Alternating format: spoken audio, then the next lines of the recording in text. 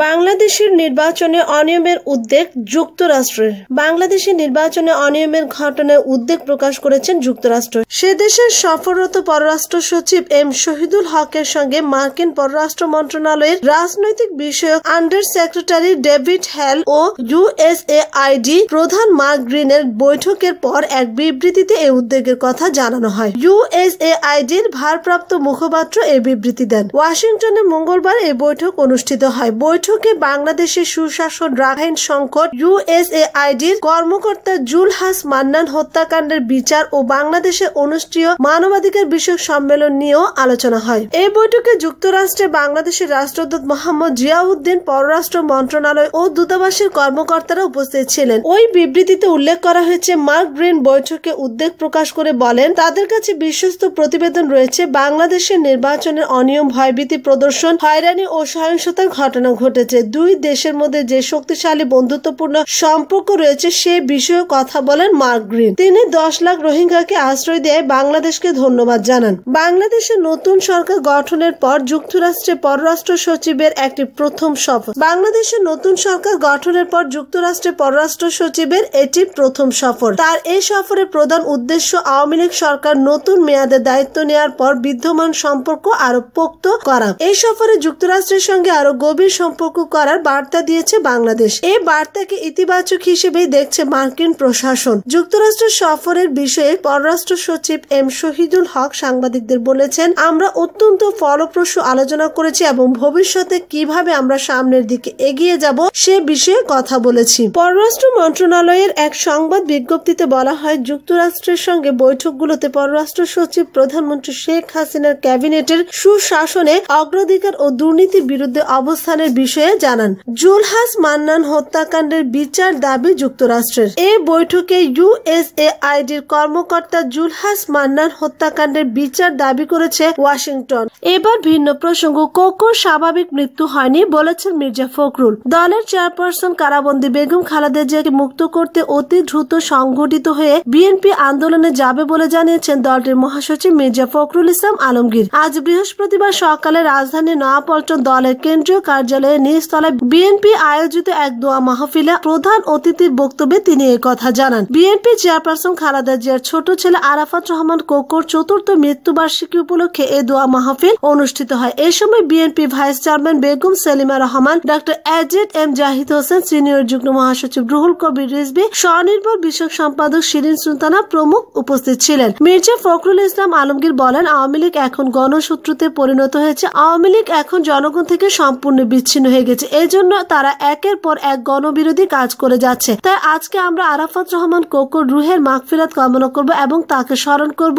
এবং আরেকদিকে BNP chairperson Khaleda জিয়ার মুক্তির জন্য অতি দ্রুত আমরা সংগঠিত হয়ে আন্দোলনের মাধ্যমে তাকে মুক্ত করে নিয়ে আসবো। আর বিএনপি ভারপ্রাপ্ত চেয়ারম্যান তারেক রহমানকে দেশে ফিরিয়ে নিয়ে আসবো। তিনি বলেন, আজ অনেক চক্রান্ত শুরু হয়েছে। এই চক্রান্তগুলো বিএনপিকে দুর্বল করার জন্য। চক্রান্তগুলো হচ্ছে বিএনপিকে বিভক্ত করে তার শক্তিকে ছোট করে দেয়া, কিন্তু কোনোদিন তারা সেটা পারবে না। কারণ যতবার বিপর্যয় এসেছে বিএনপি সাধারণ মানুষকে নিয়ে ফিনিক্স পাখির মতো জেগে উঠেছে, নতুন জীবন লাভ করেছে। নেতা কর্মীদের উদ্দেশ্য করে মির্জা ফখরুল বলেন, বিএনপিকে আরো শক্তিশালী করতে হবে, দেশপ্রেমিক শক্তিগুলোকে আরো শক্তিশালী করতে হবে এবং গণতন্ত্রের পক্ষের শক্তিগুলোকে শক্তিশালী করে এই ভয়াবহ যে দানব যারা গণতন্ত্রকে ধ্বংস করেছে, স্বাধীনতা সার্বভৌমত্বকে বিপন্ন করেছে, মানুষ ও জনগণের বিরুদ্ধে অবস্থান নিয়েছে, তাদেরকে পরাজিত করতে হবে। বর্তমান সরকার নির্বাচনকে প্রহসনে পরিণত করে একদলীয় শাসন ব্যবস্থাকে পাকাপোক্ত করার স্বপ্নকে বাস্তবায়ন করতে চলেছে বলে মন্তব্য করেন তিনি। মরহুম কোকোর প্রতি স্মৃতিচারণ করে বিএনপি মহাসচিব বলেন, আরাফাত রহমান কোকোর স্বাভাবিক মৃত্যু হয়নি। দীর্ঘদিন ধরে তাকে শারীরিক ও মানসিক নির্যাতন করে হত্যা করা হয়েছে। এর আগে সকাল 9:30টায় বনানী কবরস্থানে মির্জা ফখরুল দলের নেতা কর্মীদের নিয়ে কোকোর কবরে ফুলের শ্রদ্ধা জানান ও সূরা ফাতিহা পাঠ করেন। 2015 সালে মালয়েশিয়া মারা যান শহীদ রাষ্ট্রপতি জিয়াউর রহমান ও বেগম খালেদা জিয়ার কনিষ্ঠ সন্তান আরাফাত রহমান কোকো। এবার ভিন্ন প্রসঙ্গ, টিউলিপের দাবিতে ব্রিটিশ নিম্নকক্ষে ঐতিহাসিক পরিবর্তন। ব্রিটিশ পার্লামেন্টের সদস্য বঙ্গবন্ধু নাতনি ও প্রধানমন্ত্রী শেখ হাসিনার ভাগ্নে টিউলিপ সিদ্দিকের দাবির পরিপ্রেক্ষিতে যুক্তরাজ্য সংসদের নিম্নকক্ষ হাউস অব কমন্সে ভোট গ্রহণের ক্ষেত্রে একটি ঐতিহাসিক পদক্ষেপ নেওয়া হয়েছে। ব্রিটিশ নিম্নকক্ষে এখন থেকে গর্ভবতী এবং সদ্য মা বাবা হওয়া সদস্যরা নিজে উপস্থিত না হয়ে হাউস অব কমন্সের যে কোনো নির্বাচন নির্বাচনে অন্য প্রতিনিধির মাধ্যমে প্রক্সি ভোট দেওয়াতে পারবেন। সম্প্রতি কমন্সের লিডার অ্যান্ডেরিয়া লিডসম ঘোষণা দিয়েছেন, কমন্সের ভোট গ্রহণের ক্ষেত্রে একটি ঐতিহাসিক পরিবর্তন আনা হয়েছে। সেটি হলো গর্ভবতী বা সদ্য মা বাবা হওয়া সদস্যরা নিজের কমন্সে না এসে প্রতিনিধির মাধ্যমে প্রক্সি ভোট দেওয়াতে পারবেন। এই পদক্ষেপটি পরীক্ষামূলকভাবে আগামী 1 বছরের জন্য চালু করা হলো। এর আগে ওই প্রক্সি ভোটের প্রস্তাবটি অনুমোদন দেয় ব্রিটিশ পার্লামেন্ট। লিডসম আরো বলেন, আমি গভীরভাবে বিশ্বাস করি নতুন বাবা মা তাদের শিশুর সঙ্গে এখন থেকে সময় কাটাতে পারবেন। ভোটের চেয়ে অবশ্যই শিশু এবং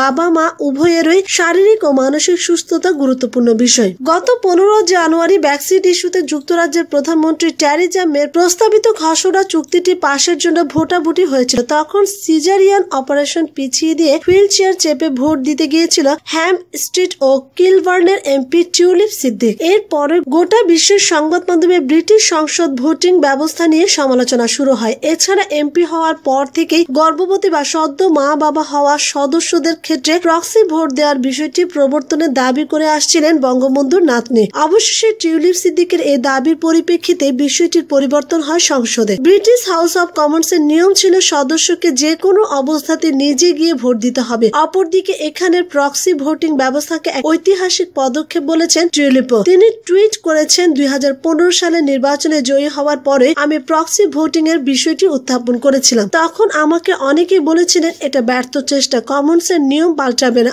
আজ পাল্টেছে, আমি সফল। এখন থেকে প্রসূতি ও সদ্য মা বাবা হওয়া সদস্যরা বাসায় সময় কাটাতে পারবেন। এবার ভিন্ন প্রসঙ্গ, তারেককে 2 বছরের বিশ্রামের পরামর্শ জাফরুল্লাহ চৌধুরীর। বিএনপির ভারপ্রাপ্ত চেয়ারপারসন তারেক রহমানকে 2 বছরের জন্য রাজনীতি থেকে দূরে থাকার পরামর্শ দিয়েছেন ঐক্যফ্রন্ট নেতা জাফরুল্লাহ চৌধুরী। বিএনপিতে নতুন নেতৃত্ব আনার পরামর্শ দিয়ে তিনি এও বলেছেন, নইলে বিপর্যয় কাটিয়ে উঠতে পারবে না দলটি। বেসরকারি সময় টেলিভিশনে দেয়া সাক্ষাৎকারে এমন মত দিয়েছেন জাফরুল্লাহ চৌধুরী। গত 30 ডিসেম্বরের ভোটের 13.5% ভোট এবং 8টি আসন পায় বিএনপির নতুন জোট ঐক্যফ্রন্ট। 10ম সংসদ নির্বাচন বর্জন করা বিএনপি ভোটে আসে ঐক্যফ্রন্ট গঠনের পরপর। যারা যুক্তরাজ্যে অবস্থানকারী তারেক রহমান দলের প্রার্থী মনোনয়ন সহ বিভিন্ন সিদ্ধান্ত গ্রহণে গুরুত্বপূর্ণ ভূমিকা রাখেন। গত 8 ফেব্রুয়ারি জিয়া অরফানেজ ট্রাস্ট মামলায় খালেদা জিয়াকে কারাগারে যাওয়ার পর থেকে তারেক রহমানকে বিএনপি ভারপ্রাপ্ত চেয়ারম্যান বানানো হয়। একাদশ সংসদ নির্বাচনের ফলাফল প্রত্যাখ্যান করা